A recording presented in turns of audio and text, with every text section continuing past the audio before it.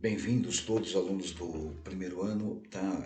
Desculpa a iluminação, hoje a iluminação ela está um pouquinho debilitada, até por conta de eu estar gravando à noite, tá? Essa aula está sendo gravada para vocês, né? Em virtude de hoje eu não poder estar ao vivo. Tá legal? Então assim, hoje, página 346, só para rememorá-los também, quem não me entregou as apostilas, né, os exercícios das apostilas, o que foi solicitado, eu recebo até hoje no final do dia. Sábado e domingo eu vou estar fechando as médias do primeiro bimestre, então não esqueçam de enviar. Tá? Página 346, só para a gente não perder o fim da meada, né? Nas aulas anteriores a gente viu o mapa mundo, né, a representação desse mapa mundo, e aí eu pedi para que fizessem alguns exercícios. Tá? Hoje a gente começa a ver, depois eu vou voltar no mapa mundo, porque ainda a gente teve um probleminha lá na nossa aula, mas a gente começa a ver aqui essa parte da, do mapa do Brasil e representação espacial, que é a 346. Então, se vocês puderem observar aí na 346, né, de vocês, quando eu falo de representação espacial, e aí nós temos um mapa do Brasil, né, para poder analisá-lo 346, tá? Então nós temos lá os pontos extremos do Brasil. Tem até uma coisa quando a gente vai falar de distância, no Iapoque, no Chuí. Então, o extremo norte, tá? E nós temos o extremo sul nessa página 346. E tá assim, nesta aula, o Brasil apresenta extensão territorial de ordem de 8 milhões e meio de quilômetros quadrados, classificando-se entre os 5 maiores países do mundo. Só perde para a Rússia, Canadá, China e Estados Unidos. Nós somos o quinto país, isso a gente já viu, estamos até cansados de falar isso, né? Nós somos o quinto, não só extensão territorial, mas também podemos colocar até no quesito de população, tá? População absoluta, tá, gente? Não confundo com população relativa, não. E o Brasil ele está, quando fala de estar situado a oeste do meridiano inicial, portanto, inteiramente no hemisfério ocidental, é atravessado ao norte pelo Equador e ao sul pelo Trópico de Capricórnio, apresentando as terras da zona intertropical e a zona temperada do sul. Alguém ficou até contente, né, que eu tinha mencionado que tem alguns aspectos, né, de localização que não pede, não é nem aquela coisa toda. O que nos compete sabermos é que nós somos um país que integra a América do Sul, que nós temos aí uma extensão territorial de 8 milhões e meio, tá? Eu não preciso falar que são 8 milhões 514 mil 876 quilômetros quadrados. Não, a nossa ordem é de 8 milhões e meio, ponto pacífico, não tem que saber esses detalhes, né, de quantos quilômetros, aquela coisa toda. 8 milhões e meio de bom tamanho. E que nós somos o quinto maior país do planeta. Tá? Perdemos para a Rússia, Canadá, China e Estados Unidos. Essa nossa abundância territorial, né, faz com que nós tenhamos essa parte é interessante, faz com que tenhamos 4 fusos horários. Uma vez que no sentido peraí, deixa eu pôr no vídeo aqui, leste-oeste é bastante extenso. Então, por esses aspectos, nós somos considerados um país de extrema dimensão continental, até por conta desses 4 fusos horários, tá? Eu costumo dizer que a nossa grande extensão territorial, ela proporciona ao nosso país, a fronteira com quase todas as nações sul-americanas. Percebam que eu falei quase todas. Me mandaram um vídeo aí no grupo que eu até brinquei, né, que eu estava ensinando errado. Então, apenas o Chile e o Equador que não fazem fronteiras com o território brasileiro, tá? Os demais países, eles fazem fronteiras conosco. Para a realização precisa de localização geográfica do nosso território, não só do nosso território, mas também como de outros países, independentemente do ponto do planeta, é necessária a utilização daquilo que nós estudamos lá, coordenadas geográficas, que é a latitude e a longitude. Tá? Latitude explica os pontos em graus que um determinado lugar ao longo da superfície terrestre, tá? Então, a latitude explica os pontos em graus de um determinado lugar, tá? Dentro da superfície terrestre, tomando como referência a linha do Equador, tá? Aí tem no sentido norte e no sentido sul, norte-sul, né? Então, isso é a latitude. Só para rememorar, já a longitude, ela vai mostrar a posição em grau de um determinado local, tá, da superfície terrestre, e a referência que ela usa é o meridiano de Greenwich, sentido leste-oeste, tá? Então, só mais uma vez, a latitude nós utilizamos a linha do Equador, a longitude nós utilizamos o meridiano de Greenwich, e no seu sentido leste-oeste. Longitude norte e sul, norte, sul, e longitude leste-oeste. Eu costumo mencionar também, né, que já que a gente está falando de latitude e longitude, no sentido leste-oeste, o Brasil ele apresenta aí 4 milhões de quilômetros de distância. Tá? Eu estou falando 4 milhões porque eu estou arredondando. Na realidade são 4 milhões 320 mil, tá, quilômetros de distância, no sentido leste-oeste, os extremos.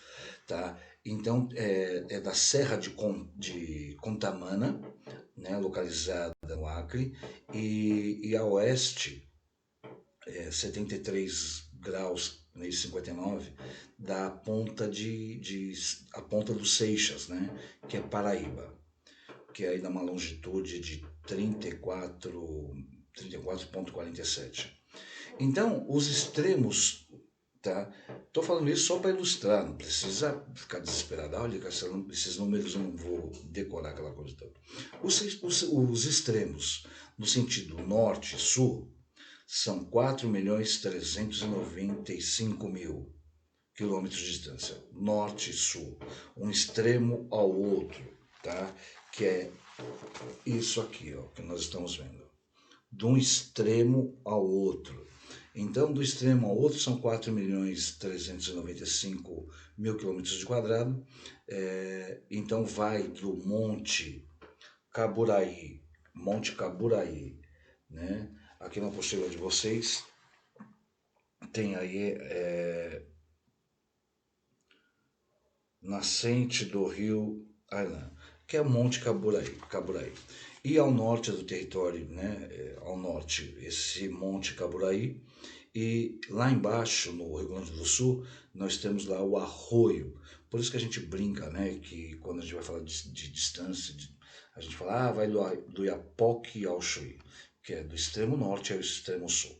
Tá? Esses extremos, eles podem ser representados, né, dessa maneira, ou o que nós vamos ver nesses mapas aqui, também dessa maneira. Então tá lá. Os extremos do território brasileiro, eu vou falar um pouquinho para vocês, só para vocês se situarem.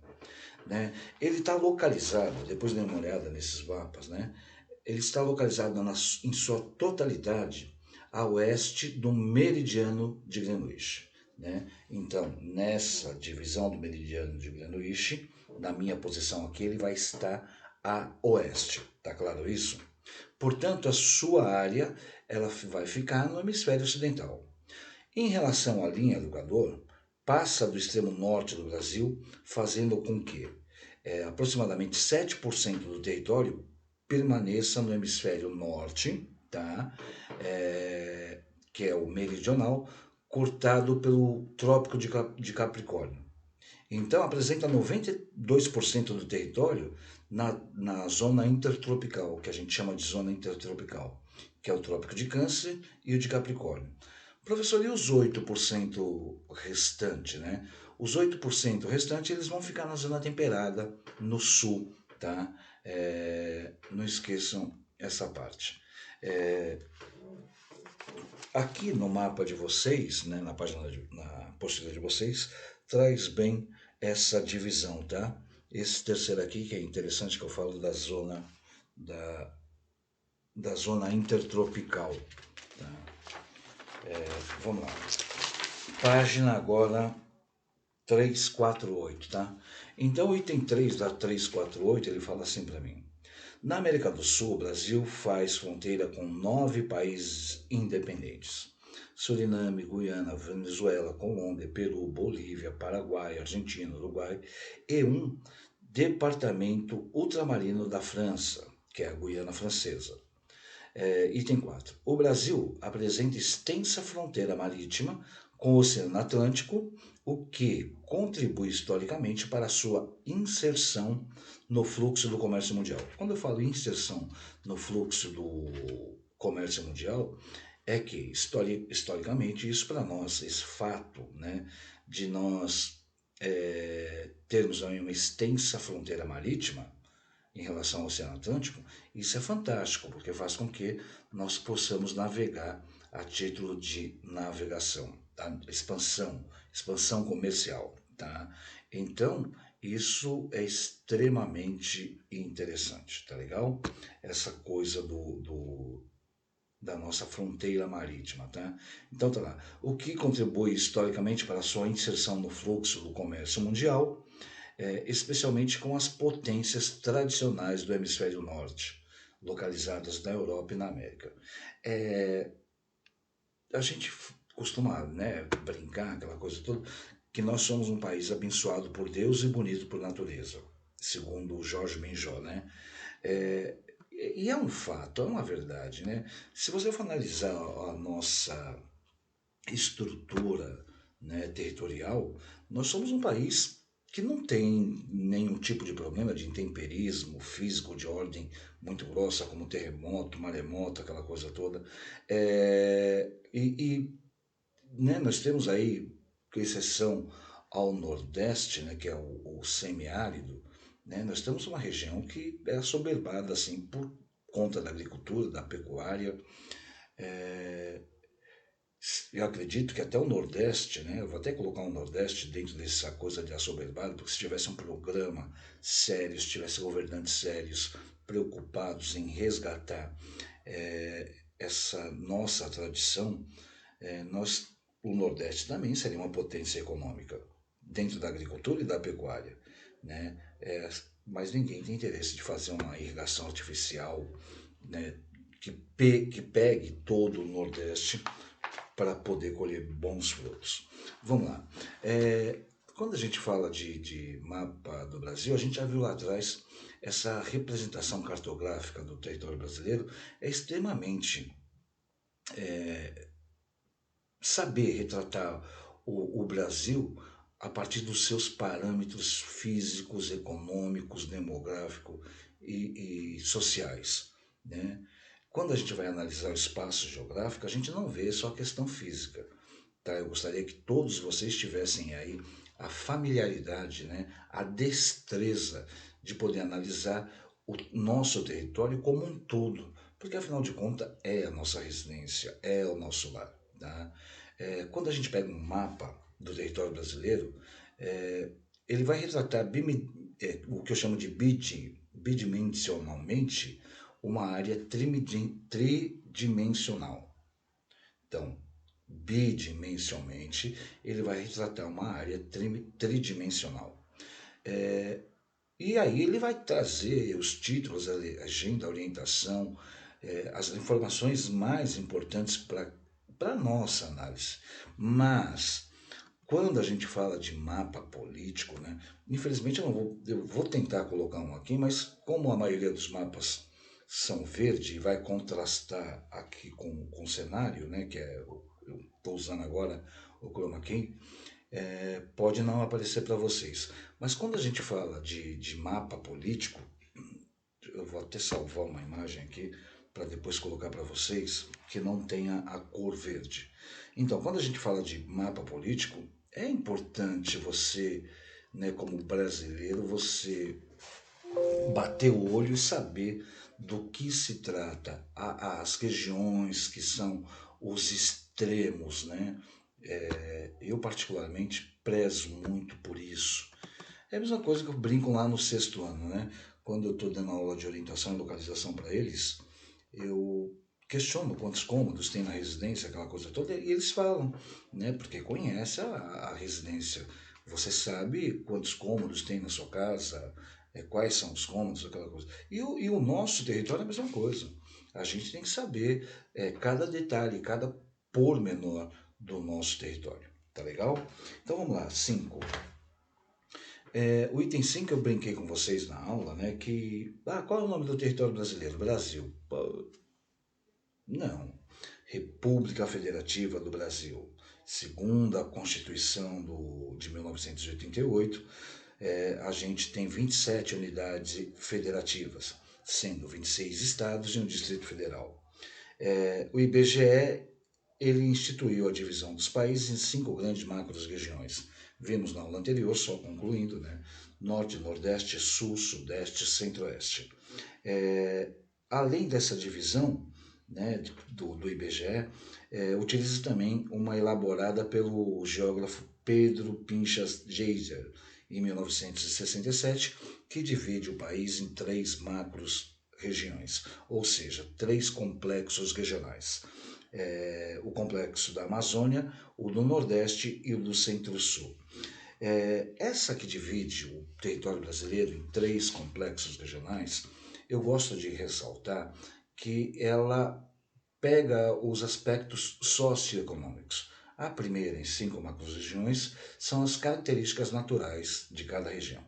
Essa que divide o país em 3 complexos regionais, ele leva em consideração o aspecto socioeconômico, digamos assim. Então, eu dou um exemplo, né, aqui na página 348, uma parte que eu gosto de dar o exemplo, 348 não, desculpem, 349, é a parte que coloca uma parte do território da Bahia no complexo do Centro-Sul. Mas espera aí, professor, a Bahia não é no Nordeste? Obviamente que é no Nordeste, mas nessa divisão de complexo regional, a parte econômica mais rentável da Bahia, ela vai estar no complexo do Centro-Sul e o restante da Bahia no complexo nordestino. Tá? É o melhor exemplo para a gente entender essa divisão aí. Tá? Então, coloquei para vocês que essa representação cartográfica que divide o país em estados e unidades federativas, capitais, cidades e municípios, traz lá para nós 26 estados e o Distrito Federal. Ela ocorre em 1988, né, com a nova configuração onde o estado de Roraima e Amapá foram elevados, né, nesse período à categoria de estado. Tá? Como assim elevado? Eles foram promovidos, entenda que eles foram promovidos. Tinha a porção norte do estado de Goiás, aí ela foi desmembrada, né? Ela foi cortada e criou-se aí o estado de Tocantins, tá legal? É interessante saber dessas, digamos aí, dessas particularidades e dessas peculiaridades, tá? Tem aí a professoria do Milton Santos que você citou na última aula. A do Milton Santos eu vou ler para vocês, tá? Não que não seja importante, eu vou até me aprofundar depois no estudo do Milton Santos, mas como geógrafo, tá? A dele não é que não seja importante, é que não pegou. É a que reconhece a existência de uma quarta macro-região, né? Essa macro-região é o que ele chamava de concentrada, ou seja, essa 4 macro-região para o Milton Santos é a região no qual seria aí a mola propulsora da economia do território brasileiro, tá? Mas a gente vai ter oportunidade de se aprofundar nesse aspecto aí, tá legal? O mapa regional do Brasil, quando eu falo de mapa regional do Brasil, é uma representação cartográfica que apresenta o território brasileiro dividido em regiões, tá? Então, sempre quando a gente fala dessas 2 regiões que divide o país em 5 pelo IBGE e em 3 pelos complexos regionais, né? Então a gente está falando de mapa regional. Por gentileza, senhores e senhoritas, não confundam essa parte, tá legal? Aí tinha os exercíciozinhos que eu pedi para que vocês respondessem, né? Até a página 351. E aí nós entramos aí nas fronteiras terrestres, né, do fronteiras terrestres do Brasil. Professor, o que vem a ser essas fronteiras terrestres do Brasil, né? E, gente, ó, fronteira terrestre não é só aquela fronteira que o Brasil faz parte, faz fronteira com 9 países, tal, tal. Não. É a forma de organização social, né? Olha aí na página 352, é a maneira, né, como nós estamos organizados fisicamente e socialmente, né? Aí está assim, movimentos sociais, pensamentos políticos e ação do Estado. Então, só para que vocês tenham uma ideia, tá lá. O Brasil faz divisa com 9 países e um departamento ultramarino francês, que é lá que eu coloquei na fronteira da Guiana, né? Segundo a Secretaria Nacional da Segurança Pública, olha que interessante, seria até bom a gente anotar, grifar essa parte. Existem 588 municípios na faixa de fronteiras, e entre eles há 28 cidades gêmeas, emendadas com outra cidade no país vizinho. Quando eu falo gêmeas, quando aqui está escrevendo gêmeas, cidades que possuem o mesmo nome, tá? Cidades que possuem os mesmos nomes. Então tá lá. Por razões históricas, políticas e econômicas, a extensão a extensa ligação física territorial que nosso país apresenta no contexto da América do Sul não se refletiu em nenhum momento da nossa história em um aproveitamento econômico comercial mais intenso, que produzisse um forte intercâmbio de bens e de pessoas entre Brasil e seus vizinhos. Gente, ó, aqui o que está colocando é que pelo nosso tamanho, pela nossa extensão territorial e pelo privilégio de fazermos fronteiras com praticamente todos os países, né, nós poderíamos usufruir, né, de alguns benefícios, né, com esses vizinhos. E, no entanto, nós não aproveitamos. Conta a história que nós não aproveitamos, né? O Brasil sempre ele teve esse cunho de generosidade. Alguém lucra com isso, mas não é o território brasileiro, tá legal? É, por isso que fala intercâmbio de bens, e capitais e de pessoas entre Brasil e seus. Esses intercâmbios seria passaporte, seria taxa alfandegária, seria imposto sobre o que entra, sobre o que sai, tá? E a gente nunca nunca teve essa relação de exploração com os nossos vizinhos. Item 3. Nas últimas décadas do século XX, a situação de relativo isolamento do Brasil dentro da América do Sul começa a se modificar com as intensificações das relações políticas e econômicas entre as várias nações sul-americanas. Professor, e essa parte diz o quê? Nas últimas décadas, a situação de relativo isolamento do Brasil dentro da América do Sul começou a se modificar. Antes, né, nós tínhamos uma coisa de relativizar ou de nos importarmos mais com o que era exportado para a Europa, para a Ásia e assim sucessivamente. Nós perdemos um pouco disso, né? Nós começamos a olhar os países próximos como também parceiros, né? Vizinhos que poderiam nos propiciar alguma coisa. Tá? Quando eu digo alguma coisa, eu estou falando de um país capitalista. Tá? Então, esse processo de intensificação de relação contribui para a expansão do intercâmbio comercial entre suas faixas de fronteiras e também para o agravamento de uma série de problemas nessa área. Quando fala desses problemas, aí seria Brasil, Argentina, Chile, Uruguai, Paraguai, antes de criar aí o que nós chamamos de Mercosul. Tá? Por conta disso, desses problemas de intercâmbio comercial, que surge aí o Mercosul, que a gente vai ver posteriormente aí. Entre esses problemas podem ser citados a entrada de produtos ilícitos como armas, drogas e a saída de forma irregular de recursos explorados no país, como minérios e madeiras, provocando sérios danos ambientais. Ó, o primeiro problema é a questão da ilicitude dos produtos que entram, armas e drogas. Isso é histórico.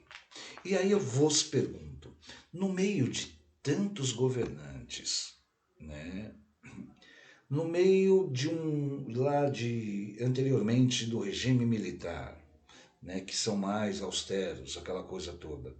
Ninguém nunca conseguiu acabar com isso, ou nem sequer minimizar, né? É uma coisa para que vocês reflitam aí. Se a gente sabe que, né, temos aí uma grande rota nas nossas fronteiras para drogas e armas, poxa, alguém teria que ter um semancol aí e falar, olha, eu vou acabar com isso. É a mesma coisa que quando eu estou dando aula de sociologia, eu uso para retratar um pouco da aula de sociologia a Cracolândia em São Paulo. Será que não tem como isso acabar? Será que ninguém vai acabar com a Cracolândia em São Paulo? Né? Porque toda campanha eleitoral, as pessoas prometem que vão entrar e vão dar um basta naquela situação. Eu não sei se vocês já tiveram a oportunidade de ver, né? Esses dias eu estava vendo ao vivo lá, em alguns telejornais, eles trazem um frio, né? Uma garoa intensa, e os caras na rua de madrugada, que parecia a 25 de março, né? Época de Natal e Ano Novo. Muita gente, muita gente. E aí não tem policiamento, não, sabe? Tem menores, tem senhores, tem senhoras, sabe? É interesse de alguém está lucrando com isso. Alguma coisa alguém leva com isso, porque senão não estaria lá. E a mesma coisa da entrada dessas armas, da entrada dessas drogas, porque alguém poderia acabar dentro do período que nós somos um país democrático e até mesmo no regime militar, se alguém quisesse já teria acabado com isso aí. Além da entrada das drogas e das armas, eles colocam aqui a saída de forma irregular dos nossos recursos naturais, né? Aí dá como exemplo aí os minérios e a madeira. Outro problema que poderia acabar. O desmatamento, além dele ser feito pelos daqui, por alguns brasileiros, eles são feitos também pelos caras de fora, né? Principalmente dos vizinhos que acham que têm o direito de adentrar o nosso país e tirar as nossas riquezas naturais. Mas espera aí, professor, e ninguém vê isso? É uma interrogação aí para que vocês mesmos possam refletir e pensar. Alguém vê? Provavelmente. E por que não faz nada? Porque deve ter algum macete, deve ter alguém usufruindo dessas retiradas. Né? Simples assim. Aí é uma coisa que a gente não vai se ater. Tá? 6. O controle das fronteiras é feito por iniciativas de caráter militar na Amazônia. Por exemplo, que apresenta grandes vazios demográficos em suas áreas fronteiriças. O governo implantou o programa Calha Norte e o Sistema de Vigilância da Amazônia, que é chamado CIVAM. O Calha Norte, eu acho que foi na outra aula, quando nós fomos interrompidos, que eu falei um pouquinho do Calha Norte, né? Não sei se eu cheguei a citar o Calha Norte. Ele é um programa que ele tem a finalidade de proteger, né, a região do Amazônia. Professor, ele é funcional, né? Ele funcionou? Gente, olha, pelo, pelo, pela quantidade de desmatamento, pela quantidade de roubo, de invasão, aquela coisa toda, ele existe, né? Mas até que ponto ele é efetivo, tá? Infelizmente, tá? É muito conduído. Eu falo isso conduído, porque não é questão de ser pessimista, não. Mas é mais um serviço público que não traz um resultado positivo. Tá? A criação do CIVAM, né? O CIVAM e o Calha Norte, eles têm praticamente as mesmas funções, né? Só que são contraditórios em alguns aspectos. É, eles foram projetos idealizados pelo nosso governo e o objetivo, o intuito é resguardar as áreas de floresta da floresta amazônica. Então, o CIVAM, né, ele foi inaugurado agora, em 2002, durante a gestão do Fernando Henrique. Então, para este projeto funcionar, foi necessária a construção de uma grande malha tecnológica lá na Amazônia, usando técnicas de sensoramento, né, sensoriamento remoto, para colocar esse órgão em prática. Então, são radares, né, informações relacionadas à Amazônia, que elas são enviadas via satélite para um banco de dados, né, nas metrópoles do nosso país, para saber se está desmatando lá naquele exato momento. Muita tecnologia, tá? O CIVAM. O projeto, para vocês terem uma ideia, ele é capaz de recolher informação sobre desmatamento e queimada irregular em tempo real. Professor, mas isso não é bom? Porque o narcotráfico, o contrabando, tudo isso deveria ter sido reduzido com o CIVAM. E foi reduzido? Não. Então a polêmica que rodeia esse projeto, ela sempre vai estar relacionada à falta de credibilidade, tá? Nas informações que são passadas. Então, há um grupo de estudiosos, né, que acredita numa possível intercepção de informação, né, do governo de outros países no CIVAM para poder mascarar o que é passado para nós. Porque se nós temos toda essa tecnologia, né, para podermos ficar numa vigilância constante, por que não se faz apreensão? Por que não diminuiu as incidências que lá ocorrem? Alguma coisa mais uma vez tem. Vamos falar agora um pouquinho do Calha Norte. O CIVAM ele foi criado em 2002, tá? O Calha Norte, ele é um projeto mais antigo, ele surge na década de 80, para ser mais exato com vocês, em 85, né? Dentro do governo do José Sarney. E apesar de ele não contar com todo esse aparato tecnológico que o CIVAM tem, o Calha Norte ele foi idealizado com o objetivo também de defender e controlar a região do Amazônia, né? Só que dessa vez, esse controle, essa proteção, ela deveria ser por uma ocupação militar. Então, o CIVAM, ele é um órgão do governo que não tem nada a ver com a ocupação militar. Já o Calha Norte, ele coloca que o que diferencia mais, acentuada, além da falta de tecnologia, é que o Calha Norte, ele surgiu como um órgão fiscalizador através de uma ocupação militar. Então ele tinha, lá tem a presença nacional das Forças Armadas, né, que é extremamente importante. Esse projeto do Calha Norte, ele cobre uma área de 6,5 mil quilômetros quadrados de fronteira. 6,5 mil quilômetros de fronteira. Imagina, 6 mil quilômetros de fronteira. Professor, dá mais ou menos da onde? É um pouquinho daqui para... Olha, se daqui para Mogi são 100 quilômetros, né? Se você multiplicar isso para chegar nos 6 mil, são as fronteiras que o Calha Norte deveria fiscalizar.